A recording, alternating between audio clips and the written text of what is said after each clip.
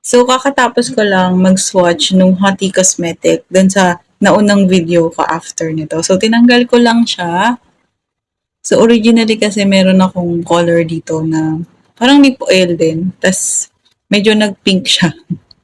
Dudala lang ng lip stain na yun. Tapos, i-flex ko kasi ngayon itong si Term Aid Lip Therapy Balm.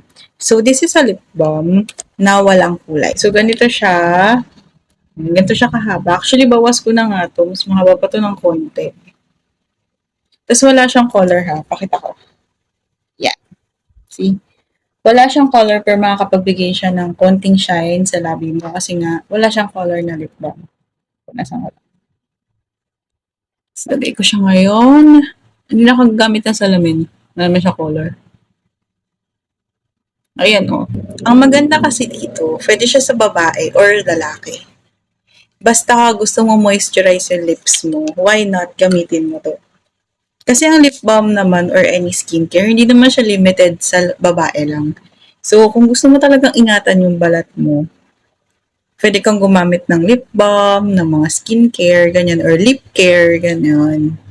So, ito ay, zoom ko na lang sa inyo kung medyo OC kayo sa ingredients niya. Somewhere right here. So, this is 4.8 grams or 0.17 ounce. Tapos, maliit lang din siya. Ito siya, oh, compare ko sa kamay ko. Maliit lang siya. So, kakasya siya sa bulsa nyo, sa lagayan ng makeup nyo.